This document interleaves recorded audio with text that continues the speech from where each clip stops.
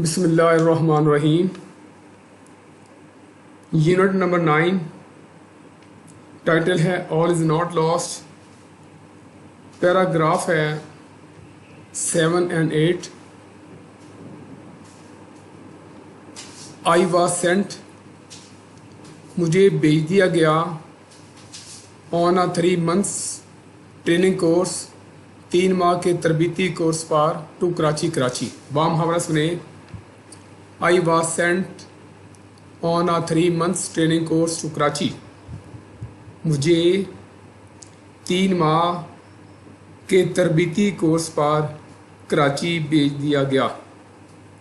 I made all possible attempts، possible ممکنہ میں نے تمام ممکنہ کوششیں کی، attempt کوشش کرنا، to leave چھوڑوں my patient اپنی مریضہ کو in good hands لائق ہاتھوں میں، اچھے ہاتھوں میں۔ I made all possible attempts to leave my patient in good hands، میں نے اپنی مریضہ کو اچھے یا لائق ہاتھوں میں چھوڑنے کے لیے تمام ممکنہ کوششیں کی۔ I returned، میں واپس لوٹی، after 3 months 3 ماہ بعد، ٹو سی ملنے کے لیے، my patient's bed had taken up by another, میری مریضہ کے بستر پر کوئی اور آ چکا تھا۔ I return after 3 months to see my patient's bed taken up by another, 3 ماہ کے بعد میں بریکٹ میں لکھیں گے مریضہ کو ملنے واپس آئی تو میں نے اپنی مریضہ کے بستر پر کسی اور کو پایا۔ مائی فیٹ، فٹ کی جمع ہے فروز، فریز کی سیکنڈ فارم ہے فروز، منجمد ہو جانا، جم جانا، ٹو دا گراؤنڈ، میرے پاؤں زمین پر منجمد ہو گئے یا جم گئے۔ I did not have the courage to ask, میرے پاس پوچھنے کا حوصلہ نہیں تھا، انورٹڈ کاما، واٹ ہیپنڈ، کیا ہوا۔ نیکسٹ پیراگراف نمبر 8، ایس، جب یا جیسے ہی یا جو ہی، آئی اسٹوڈ، میں کھڑی تھی، نیئر دا بیڈ، بستر کے قریب، ود سیورل کویشچنس، بہت سے سوالات کے ساتھ، پوپنگ، جو ابھر رہے تھے، ان مائی مائنڈ، میرے دماغ میں۔ As I stood near the bed with several questions popping in my mind, جب میں اپنے ذہن میں ابھرتے ہوئے کئی سوالات کے ساتھ کھڑی تھی، آئی فیلٹ، میں نے محسوس کیا، جینٹل، ایک نرم یا ہلکی سی پیٹ تھپکی، آن مائی شولڈر، اپنے کندھے پر۔ I felt a gentle pat on my shoulder, میں نے اپنے کندھے پر نرم یا ہلکی سی تھپکی محسوس کی۔ آئی ٹرنڈ راؤنڈ، میں مڑی یا واپس پلٹی، اینڈ سی، اور دیکھا، اے ینگ وومین، ایک نوجوان عورت کو، اسمائلنگ ایٹ می، جو میری طرف مسکرا رہی تھی، جو مجھ پر مسکرا رہی تھی۔ با محاورہ سنیں، میں ایک نوجوان عورت کو دیکھنے کے لیے واپس پلٹی یا مڑی جو مجھ پر مسکرا رہی تھی۔ انورٹ کاما، ترجمہ لکھتے ہوئے آپ انورٹ کاما ڈالیں گے۔ Are you looking for your patient, کیا آپ اپنی مریضہ کو تلاش کر رہی ہو۔ شی سیڈ، اس نے کہا، and gave me a big hug, اور مجھے بڑے پیار سے، بگ کا مطلب بڑا، ہگ پیار سے گلے لگانا، اور بڑے پیار سے گلے لگایا۔ تھینک یو، آپ کا شکریہ، فار ایوری تھنگ، ہر اس چیز کے لیے، یو ڈیڈ، جو آپ نے کیا، آپ نے جو کچھ کیا، اس کے لیے آپ کا شکریہ۔ آئی نو، میں جانتی ہوں، present indefinite, I know you did not allow them, میں جانتی ہوں آپ نے انہیں اجازت نہ دی، to make me to lead a crippled life.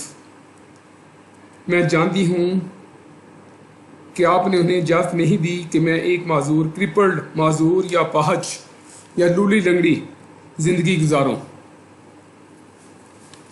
اسی کے ساتھ ترجمہ سنیں آپ. مجھے 3 ماہ یا 3 مہینے کے تربیتی کورس پر کراچی بھیج دیا گیا. میں نے اپنی مریضہ کو اچھے بریک میں لائک گڈ مین ہے ہاتھوں میں چھوڑنے کے لیے تمام ممکنہ کوششیں کی. 3 ماہ کے بعد میں مریضہ کو ملنے واپس آئی تو میں نے اپنی مریضہ کے بستر پر کسی اور کو پایا. میرے پاؤں زمین پر منجمد یا جم گئے یا منجمد ہو گئے کرنا ہے آپ نے. میرے پاس یہ پوچھنے کا حوصلہ نہیں تھا واٹ ہیپن کیا ہوا. نیکسٹ پیراگراف ہے. جب میں اپنے ذہن میں ابھرتے ہوئے کئی سوالوں کے ساتھ کھڑی تھی میں نے اپنے کندھے پر نرم یا ہلکی سی تھپکی محسوس کی. میں نے ایک نوجوان عورت کو دیکھنے کے لیے واپس مڑی یا پلٹی جو مجھ پر مسکرا رہی تھی. انورٹ کاما کیا آپ اپنی مریضہ کو تلاش کر رہی ہو؟ اس نے کہا اور بڑے پیار سے گلے لگایا.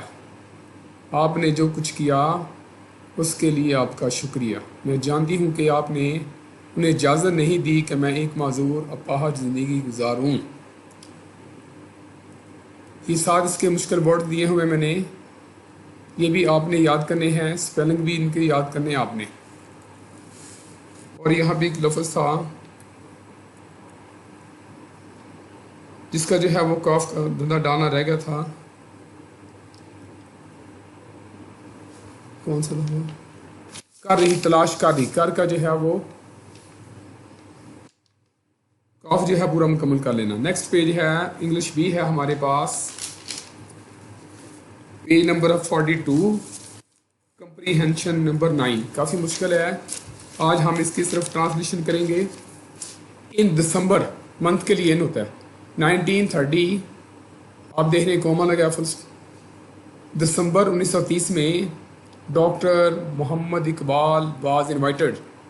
ڈاکٹر محمد اقبال کو مدعو کیا گیا ٹو پریزائڈ اوور صدارت کرنے کے لیے دا اینول میٹنگ سالانہ اجلاس کی اجلاس of the All India Muslim league.